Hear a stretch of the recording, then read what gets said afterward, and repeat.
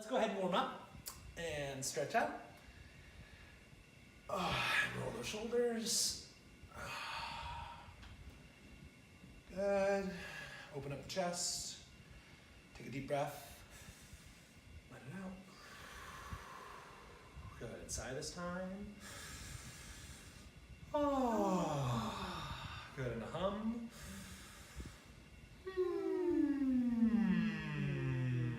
And a siren on an ooh. Ooh. And a lip trail.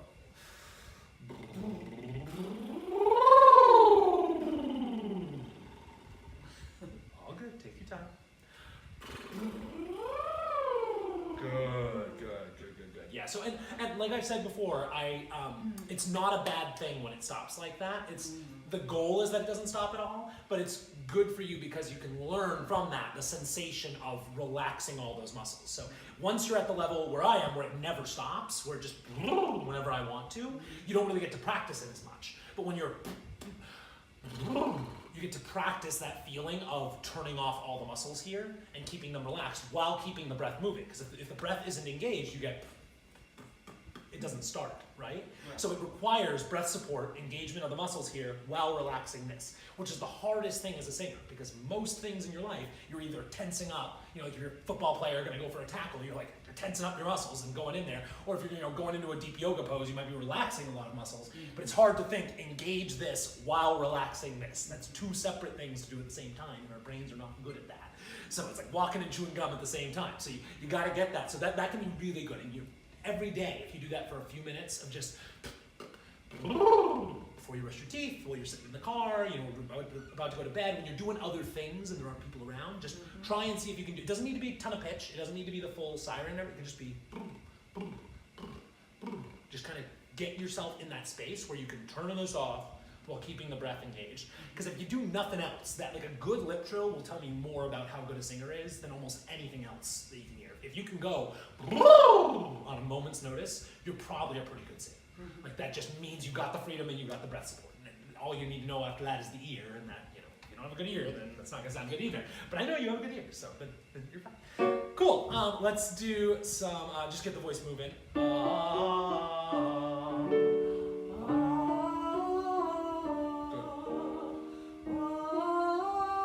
Warm, quiet breath. Good. Relax the tongue. Keep the pitch high. Watch that scoop on the beginning. Better. Thank you. Good. Try to make sure you're starting with that open throat. Don't start with the glottal stop. Get a little bit of air moving before the pitch starts to make sure it's open and free. We're still getting a little bit of clunk on the start of the pitch there.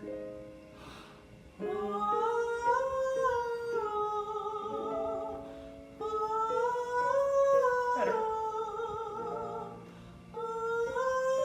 Good. Open up that first note if you can. Nice and big and open.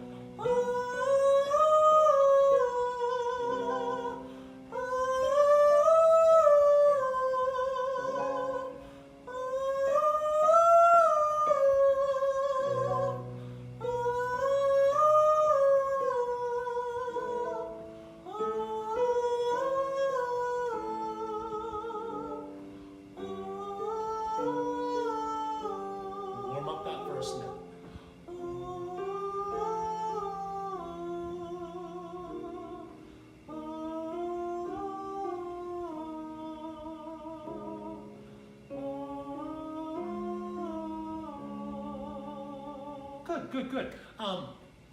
So the first note is always the one I like the least on you, which is very interesting because most singers, the last note sounds the worst, and that we've worked a lot on that right here in lessons and in choir and everything. I focus a lot on making the last notes beautiful, so I might just be misremembering. It might just be that we've worked so much on that now you're really good at it.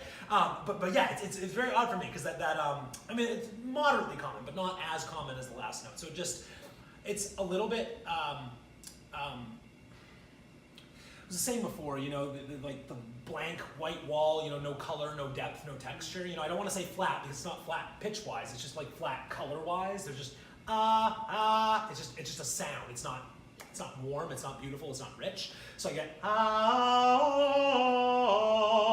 and those last couple notes are so beautiful and open and warm and rich. And I want that sound right from the very beginning instead of ah, oh. You want the sound consistent all the way through. A part of that is also the scoop issue. A part of those things come from the fact that you're not anticipating the note early enough in your head. You're not creating a good model of the sound in your inner ear before the sound comes out. So the sound comes out and then you adjust it to make it more beautiful. Instead of making a sound in your head, adjusting that sound to make it more beautiful and then producing the sound. So I can hear in my head, and find that space, as opposed to just starting a sound, and then adjusting it midstream. So that's kind of what I hear there. So let's do that one more time. And what I'll do is I'm going to sing a note first, and then I want you to sing it. So I'm going to go, and then you'll sing after me, and then I'll go, so I get one note first, and then you sing. So use that as a chance to build the sound in your head that you want, and then come in right in that space from the very beginning, okay? So I sing first, one note, then you sing your three notes. Already better, thank you.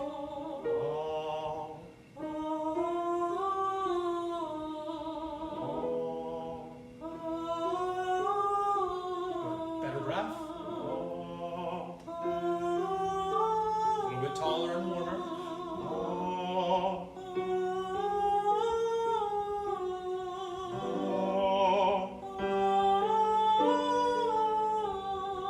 Good. So that helped. That helped. And so use that. If it's a model of my voice, if it's a model of a singer you really like, you can go back to Renee Fleming or even modern pop artists, whatever. Like find a nice, beautiful tone inside your head and picture that on the first pitch. Oh, get that space before you breathe, and then you breathe and come in nice and strong on that pitch. A part of it too is there's some tongue tension there, which might be coming from the breath. There's the technical stuff too. It's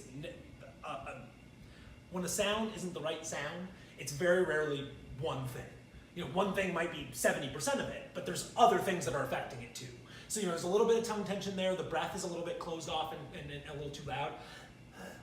And so you're going to have that kind of space in the throat still when you start to sing. And then you can work it out as you're moving. So a part of that is warming up your breath, relaxing the throat while you breathe, breathing through that large space.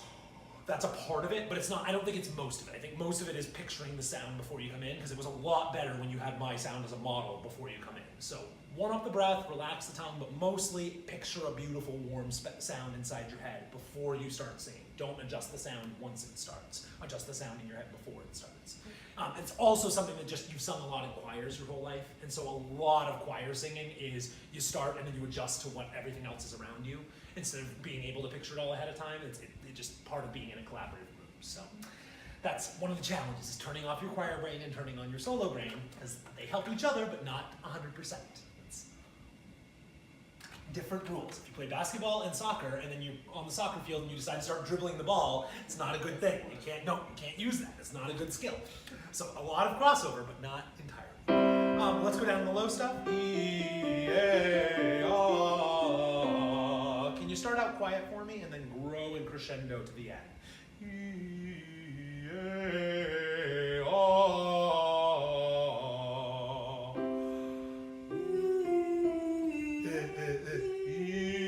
Nice and big and open inside. Yeah, you're cheating more toward an IH and I. Go toward a pure E. Like that more. Good.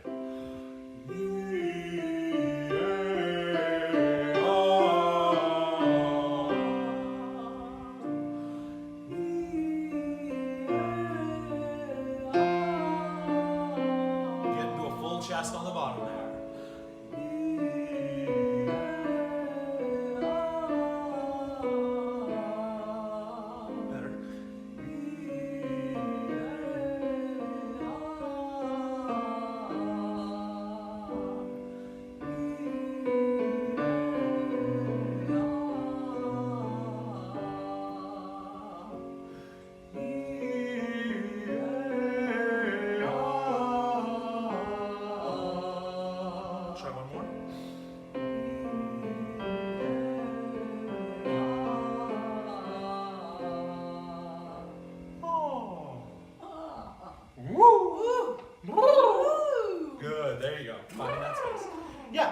that's going to be common for you for a while, that when you go into that full chest, it'll take a second to get you back into your head voice, because you spend most of your time in your head voice all the time. So when you get into that chest, it's going to take you 3-4 seconds to get back into a comfortable, floaty head voice.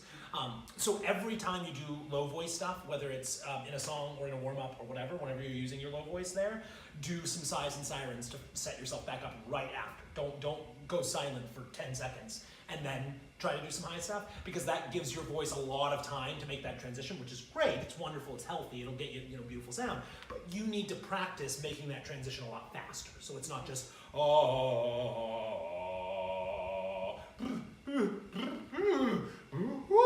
there it is. You don't want to take 4 seconds for that, because you need to be able to do my home is right from the chest into the head instead of the difference between 2 seconds and a tenth of a second to make that shift is all the difference in the world. Like, that's all the difference between an amateur and a professional singer. So